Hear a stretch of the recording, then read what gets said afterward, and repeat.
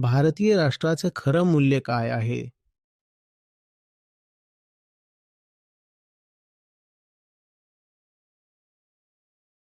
तुम्हाला ज्याचं फारसं ज्ञान नाही, अशा कुठल्याही व्यक्तीवर किंवा गोष्टीवर तुम्ही खरं प्रेम करू शकत नाही. राष्ट्र म्हणजे मुळात काही विशिष्ट मूल्यांमुळे एकत्र आलेला लोकांचा एक समुदाय असतो. कोणालाही खरंच राष्ट्रावर प्रेम करायचं असेल, तर सगळ्यात आधी त्याला हे समजलं पाहिजे की ती मूल्य नेमकी काय आहेत? ती मूल्य खरंच प्रेम करण्यायोग्य आहेत का? आणि त्याहूनही महत्त्वाचं म्हणजे अशी काही मूल्य प्रत्यक्षात अस्तित्वात असली पाहिजेत. बरोबर ना? आणि ही मूल्य फक्त कागदावरची सैद्धांतिक कल्पना नसावी लागतात. तर मग भारतीय राष्ट्र नक्की कोणत्या गोष्टींसाठी उभं आहे? एखादा देश फक्त देश आहे म्हणून आपोआपच आदरणीय, सन्माननीय किंवा प्रिय होत नाही. असं होणं पूर्णपणे शक्य आहे की एखादा देश केवळ द्वेषावर आधारित असू शकतो. एखाद्या गटाविरुद्धच्या द्वेषावर आधारित. आणि खरंच खूप साऱ्या राष्ट्रांचा उदय अशाच प्रकारे झालेला आहे. ते अस्तित्वात आहेत कारण त्यांना काहीतरी नापसंत आहे. आणि इतिहासात आपल्याला अशा राष्ट्रांचा अनुभव आहे जे फक्त इतर राष्ट्रांना नष्ट करण्यासाठी निर्माण झाले होते. आणि काही राष्ट्र अशीही होती जिथे एकत्र बांधणारा धागा फारच नाजूक होता, जसं की एकसारखी भाषा, एकसारखी जात किंवा खाण्याच्या सवयी. म्हणूनच एखादं राष्ट्र असलंच तर ते आपोआप प्रेमळ असेलच असं नाही. जर तुम्ही म्हणताय की तुम्ही भारतीय आहात आणि मी पण म्हणतो की मी भारतीय आहे, तर आपल्यात अशी कोणती गोष्ट आहे जी आपल्याला जोडते? बहुतेक लोक या प्रश्नात शिरायला तयार नसतात. बऱ्याच लोकांना वेगळेपणाबद्दल बोलायला जास्त आवडतं, एकतेबद्दल बोलण्याऐवजी. कारण वेगळेपणाबद्दल बोलणं सोपं असतं, नाही का? आपल्यातला प्रत्येकजण वेगळा असतोच. पण मग हे विचारायचं साधं भान तरी ठेवायला नको का की जर प्रत्येकजण वेगळा असेल तर अशी कोणती गोष्ट आहे जी सगळ्यांना भारतीय बनवते? जेव्हा तुम्ही म्हणता की तुमचं भारतावर प्रेम आहे, तेव्हा जर तुम्हाला विचारलं की नेमकं कुठल्या गोष्टीवर प्रेम आहे, तेव्हा तुमच्याकडे उत्तर नसतं. बहुतेक लोकांसाठी भारत म्हणजे फक्त थोडीशी जमीन, जागतिक नकाशावरची एक सीमा, एक राजकीय ओळख. पण अशा गोष्टींवर खरंच प्रेम करता येईल का? जर एखाद्या गोष्टीवर खरंच प्रेम करायचं असेल तर त्या गोष्टीमध्ये काहीतरी पावित्र्य असावं लागतं, नाही का?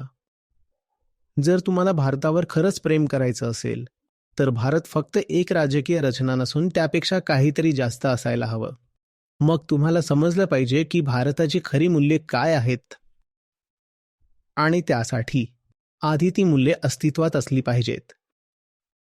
आणि अशी माणसंही हवीत जी त्या मूल्यांची उपासना करतात. भारत हा देश म्हणून टिकून राहिला कारण त्याची पायाभरणी वेदांतावर झाली होती. मला माहिती आहे की हे मान्य करणं अनेकांना धोकादायक वाटेल, पण सत्य हेच आहे की भारतीयत्वाच्या मुळाशी जी मूल्ये आहेत ती सगळी वेदांतातून आलेली आहेत. आणि आता तुम्हाला कळलं असेल की आजच्या तरुणांचं देशाशी नातं इतकं उथळ का आहे ते. कारण त्यांना भारताच्या मूळ मूल्यांची, आधारभूत गोष्टींची ओळखच नाहीये. खूपच भयानक आहे हे. पण तुमच्याकडे मसाला डोसा व्यतिरिक्त फारसं काही नाही. अजून थोड्या गोष्टी असतील. बॉलिवूड, भांगडा, गाय. हायवेच्या मधोमध गाय आहे. रस्त्याच्या कडेला हत्तीवर बसलेला माकड दिसला. तुम्ही म्हणाल महात्मा गांधी किंवा कदाचित होळीचे रंग आठवतील किंवा दिवाळीच्या रोषणाईबद्दल बोलाल. हे सगळं छान आहे, रंगीबेरंगी आणि भारतीय वातावरणाचं सुंदर चित्र आहे. पण प्रश्न असा आहे की तुम्ही या गोष्टींवर प्रेम करू शकता का? हीच खरी गोष्ट आहे. आपल्याला भारत म्हणजे काय हेच नीट माहिती नाहीये. प्रेम करायला काहीतरी उंच, पवित्र, पूजनीय असावं लागतं. आणि दुर्दैवाची गोष्ट म्हणजे असं पूजनीय काहीतरी भारतात नक्कीच आहे, पण ते आपल्यापर्यंत मुद्दाम पोहोचवलं जात नाही. आजच्या पिढीला भारताच्या मूळ सारापासून जाणून बुजून वंचित ठेवलं गेलं आहे. साहजिकच त्यांचं देशावर प्रेम नाही. ते फक्त नावालाच भारतीय आहेत, फक्त पासपोर्टावर.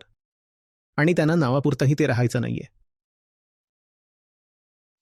तुम्हाला हे तात्पुरतं वाटतं, पण हे खोल अर्थाकडे इशारा करतं. एक माणूस आपल्या ओळखीबद्दल लाजतोय. त्याला पूर्णपणे वेगळं व्यक्तिमत्व धारण करायचं आहे. असं होणं साहजिकच आहे, कारण त्याला स्वतःची खरी ओळख माहीत नाहीये. भारताची ओळख, भारतीय राष्ट्राची मुळे खरी म्हणजे आध्यात्मिक आहेत.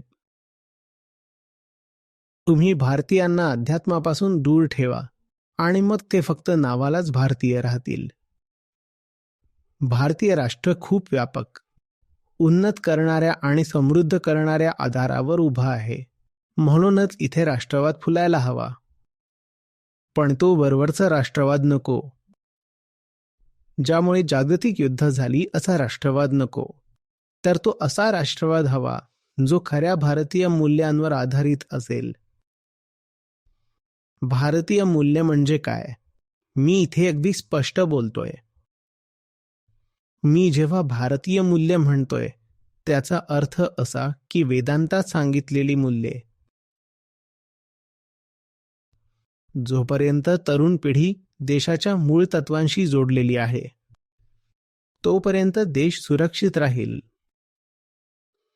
पण जेव्हा तरुण वेदांतापासून तुटायला लागतात, तेव्हा देशाची आतली सुरक्षितता ढासळायला लागते.